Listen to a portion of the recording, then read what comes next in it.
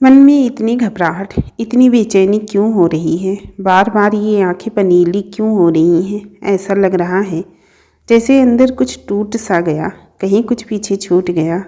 क्यों बार बार मोबाइल में खुद की और उसकी शादी की फ़ोटो देख रही है?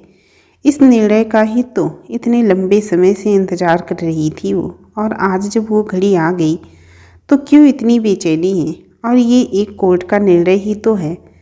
वो तो साल भर से रोहन से अलग रह रही है, साल भर पहले की ही। वो रोहन को छोड़कर आ गई, दिन रात एक कर दिया उसने रोहन से तलाक के लिए। वो जल्दी से जल्दी रोहन से छुटकारा चाहती थी। हालांकि रोहन कभी भी इस पक्ष में नहीं था। उसने कहा भी था, सोच लो विभा, कहीं ऐसा ना हो कि हमारे पास फिर पछताने का भी मौका नहीं रहे। जो हल्की सी डोर हाथ में है वो हमेशा हमेशा के लिए छूट जाए। नहीं रोहन, मैं अच्छी तरह सोच ली हूँ। अब हमारे रास्ते अलग अलग हैं। अब इस झूठे दिखावे से कुछ नहीं होगा। हम दोनों का अब एक छत के नीचे रहना गंवारा नहीं होगा। अच्छा है हम अलग हो जाएं। और हमेशा की तरह रोहन ने उसकी ये बात भी बिना बहस के मान ली।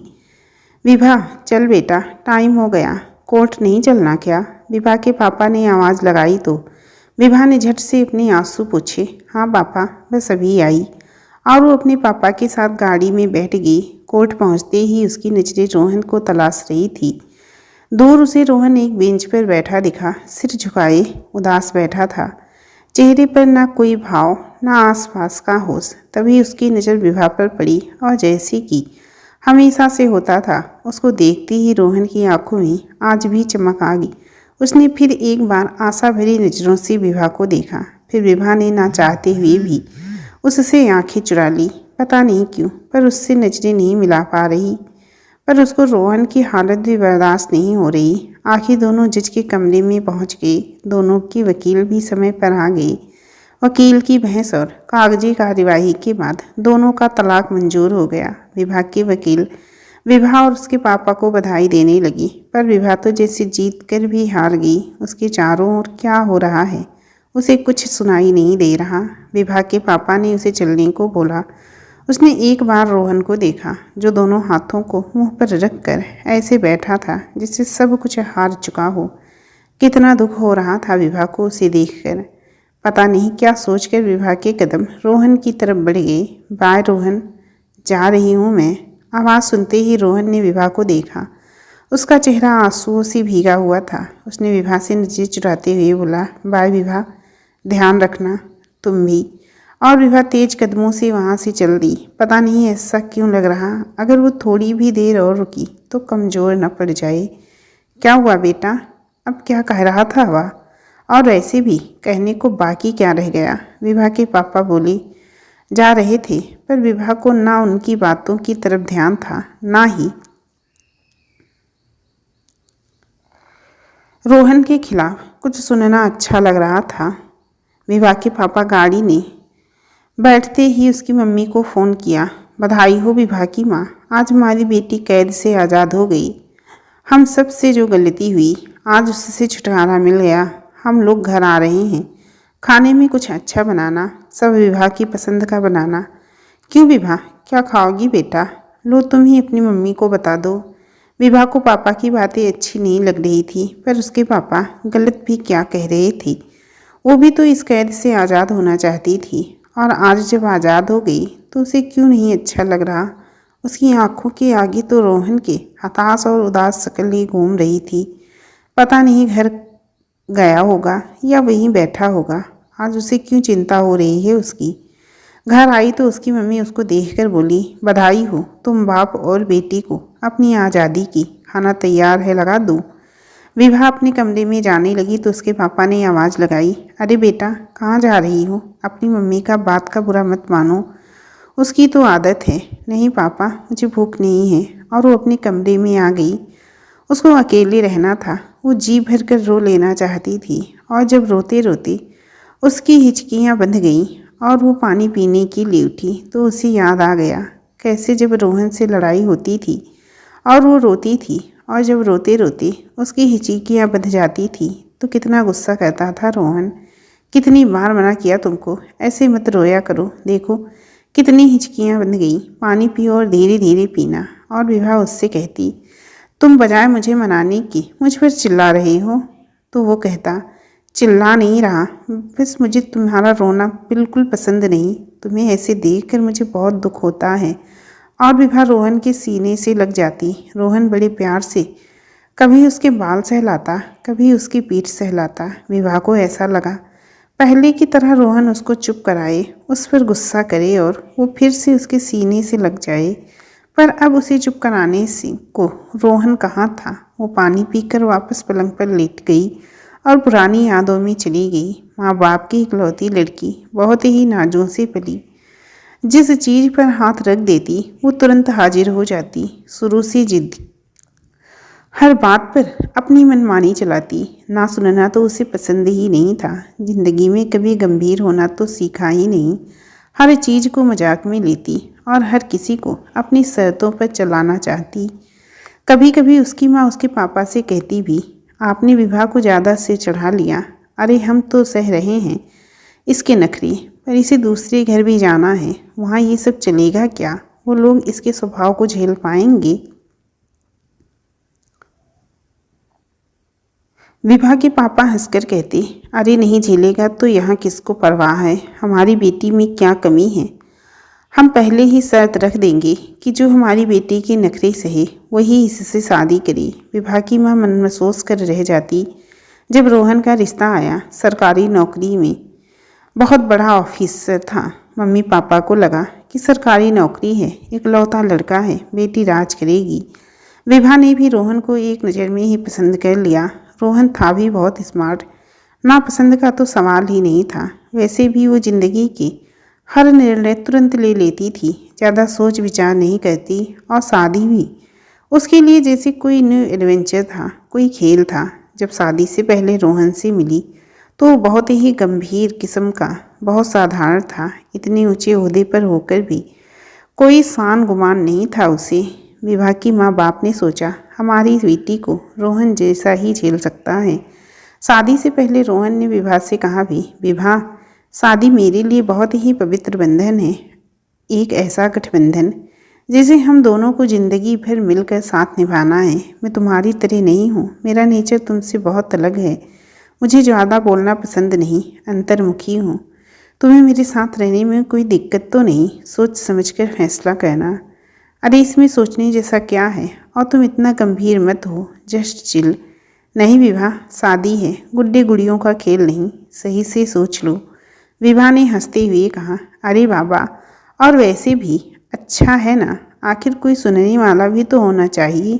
दोनों ही बोलते रहेंगे तो सुनेगा कौन? विभा ने लापरवाही से कहा, वो तो इतना गंभीर कभी होती नहीं थी। आखिर खूब जोर शोर से रोहन और विभा की शादी हो गई और विभा रोहन की दुल्हन बनकर उसकी ज़िंदगी में आ गई। विभा के ससुराल में सास ससुर थे जो रहते तो गांव में थे, पर अभी शादी के लिए आए हुए थे। लेकिन विभा को ज़्यादा समय उनके साथ रहने को नहीं मिला, क्योंकि शादी के बाद 20 दिन के लिए वो लोग हनीमून के लिए स्विट्जरलैंड चले गए। उनके टिकट शादी से पहले ही हो गए थे। विभा की ही ख्वाहिश थी कि हनीमून पर आउट ऑफ इंडिया चले। रोहन दार्जिलिंग जाना चाहता था। रोहन ने उसे बहुत समझाने की कोशिश करी, पर विभा नहीं मानी और बोली, वो जाएगी तो बस स्विट्जरलैंड। उसने अपने पापा से कह के टिकट करवा लिए रोहन के पास में।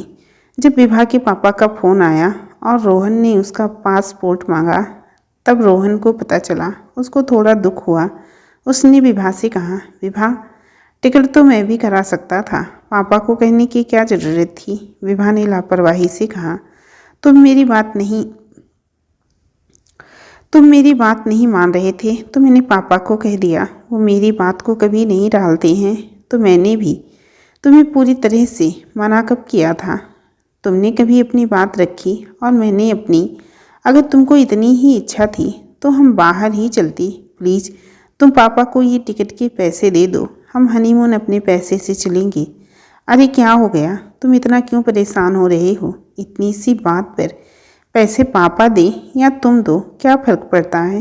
पर मुझे फ़र्क पड़ता है। आखिर विभा और उसके पापा के कहने पर रोहन को पैसे वापस रखने पड़े। शादी होते ही वो लोग हनीमून के लिए स्विट्जरलैंड रवाना हो गए। विभा का उत्साह देखते ही बन रहा था। प्लेन में भी वो पूरे समय रोहन को स्विट्जरलैंड की पिक्चर्स, फेवरेट स्टॉप्स के बारे में बता रही थी। कहाँ कहाँ जाएंगे, क्या क्या करेंगे। रोहन विभा का उत्साह देखकर खुश हो रहा था और मन में सोचा, अच्छा ही हुआ हम स्विट्जरलैंड आ गए। विभा का वाकई में बहुत मन है। जैसे ही वो लोग स्विट्जरलैंड पहुँचे, कुछ वहाँ का मौसम, कुछ नई नई शादी का खुमार। विभा गाड़ी में रोहन के बिल्कुल चिपक कर बैठ गई। रोहन ने कहा भी, प्लीज़ विभा थोड़ा ढंग से बैठो, ड्राइवर भी है। पर विभा को तो जैसे आसपास कुछ दिख ही नहीं रहा था। वो तो स्विट्जरलैंड की वादियों और रोहन में बिल्कुल डूब सी गई थी। वैसे रोहन को भी उसका यूं पास आना अच्छा लग रहा था। फिर भी उसको अपने आसपास का ज़्यादा ही ख्याल था। जहाँ विभा अपने प्यार के प्रदर्शन में बहुत बेबाक थी, रोहन उतना ही झिझकता। जैसे ही वो लोग होटल में अपने कमरे में पहुँचे और विभा ने बालकनी से पर्दा हटाया तो बाहर का खूबसूरत नज़ारा देख बच्चों के जैसे कूदने लगी। सच रोहन, मुझे तो यकीन ही नहीं हो रहा, लग रहा है जैसे कोई सपना हो। और उसने रोहन के गाल पर किस कर दिया। रोहन ने जो अपने आप को इतनी देर से रोक रखा था, उसने विभा को अपनी बाहों में लिया और दोनों एक दूसरे में खो गए। तभी वेटर चाय नाश्ता लेकर आ गया। फ्रेश होकर दोनों बाहर घूमने के लिए निकल ही रहे थे। विभा ने जीन्स, वाइट टॉपर और पिंक जैकेट पहन रखी थी। रोहन उसको देखता ही रह गया। क्या देख रहे हो? सोच रहा हूँ बाहर घूमने में क्या रखा है, हम कमरे में ही रहते हैं। और उसने शरारत से विभा को देखा। विभा का चेहरा शर्म से गुलाबी हो गया। फिर बोली, अच्छा जी, अभी कुछ देर पहले तो कितने भोले भाले बन रहे थे, अब कहाँ गई तुम्हारी शराफत। और रोहन जैसे ही विभा को पकड़ने को हुआ, वो दरवाज़ा खोलकर बाहर भाग गई और हंसते हुए बोली, फिलहाल हम बाहर घूमेंगे। और उसने रोहन को एक फ्लाइंग किस दिया। रोहन तो विभा की इस अदा पर मर मिटा। विभा की खुशी का ठिकाना ही नहीं था। अच्छा हुआ रोहन हम यहाँ आ गए, नहीं तो तुम तो मुझे दार्जिलिंग घुमा देते। शुक्र है पापा का, तुम्हारे भरोसे तो मैं यहाँ पर आ ही नहीं सकती थी। उसने ये बात बहुत ही लापरवाही से कही, पर रोहन को बुरा लगा। इधर विभा को एहसास ही नहीं था कि मेरी बात का रोहन को बुरा लगा होगा। दोनों के हनीमून के दिन बहुत ही प्यार से निकल रहे थे। रोहन को विभा की चंचलता, मासूमियत बहुत अच्छी लगती।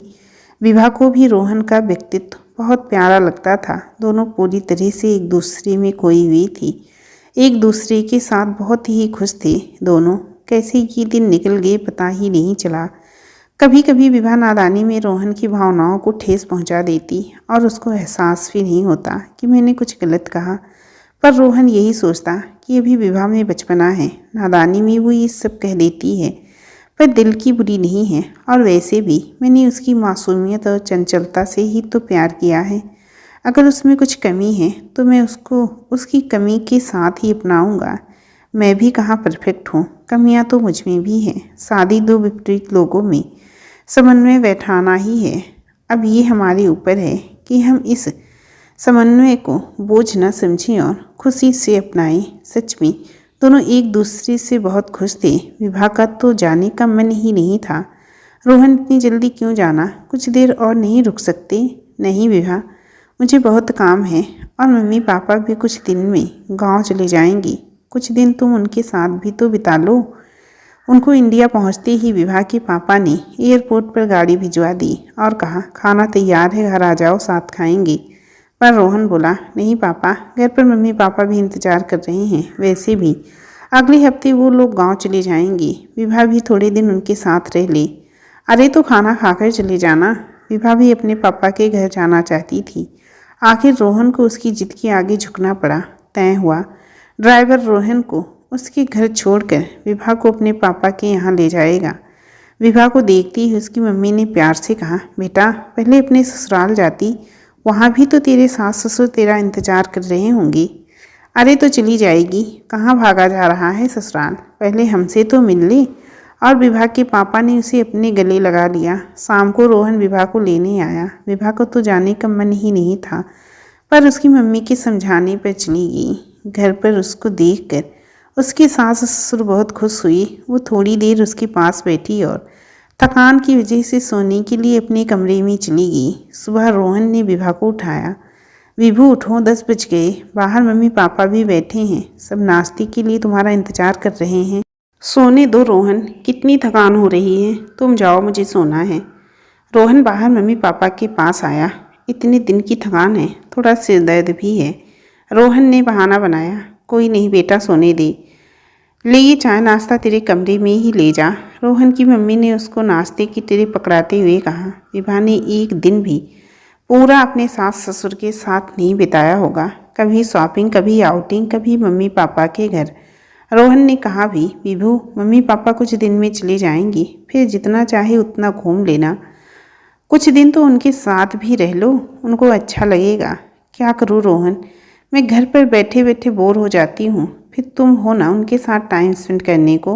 और हाँ, अभी तो तुमको छोड़ रही हूँ, पर मम्मी पापा के जाने के बाद तुम्हें भी मेरे साथ चलना पड़ेगा। मुझे तुम्हारे बिना अच्छा नहीं लगता।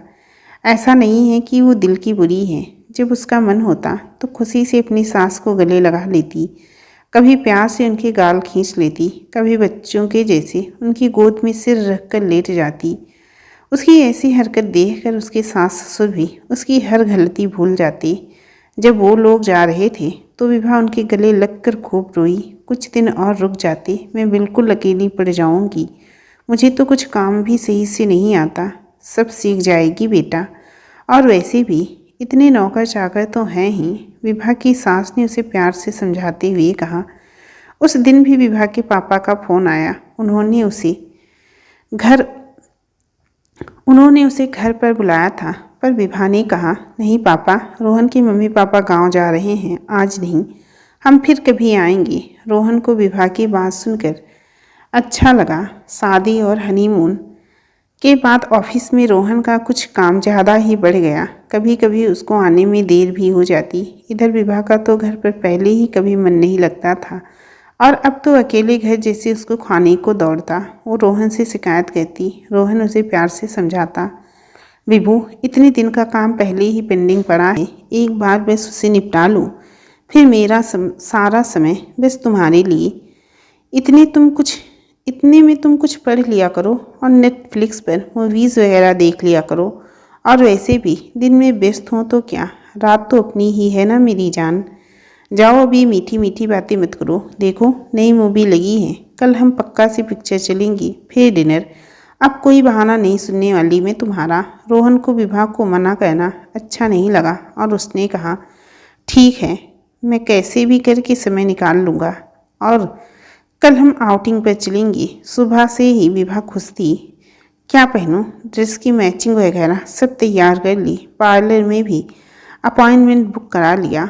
वो पार्लर में फेशियल करवा रही थी, तभी उसके पास रोहन का फ़ोन आया। सॉरी विभू, आज आउटिंग पर नहीं चल सकते, तुम बहुत ज़रूरी काम आ गया। सुनते ही विभा का पारा चढ़ गया। पार्लर में वो ज़्यादा कुछ बोल नहीं सकती थी, पर उसका दिमाग बहुत ख़राब हो गया। वो पार्लर से सीधे अपनी मम्मी पापा के घर चली गई और खूब रोई। उसकी मम्मी ने उसे प्यार से समझाया, बेटा कोई ज़रूरी काम आ गया होगा, नहीं तो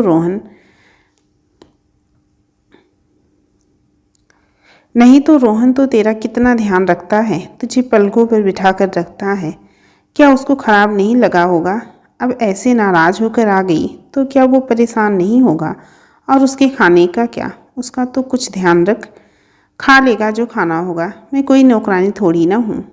बेटा इसमें नौकरानी की बात कहाँ है, और खाना तो नौकर बना देगा, पर अगर तू उसको अपने हाथ से प्यार से खाना परोसेगी तो उसे अच्छा लगेगा। विभा को लगा मम्मी सही कह रही हैं। दोस्तों, इस कहानी के आगे का चैप्टर अगले भाग में अपलोड होगा। अगर आपको कहानी सुनना है तो जल्दी से चैनल को सब्सक्राइब कर लेना और कहानी को भी लाइक कर देना, ताकि जब इस कहानी का न्यू पार्ट अपलोड हो तो आप लोगों को उसका नोटिफिकेशन तुरंत मिल जाए।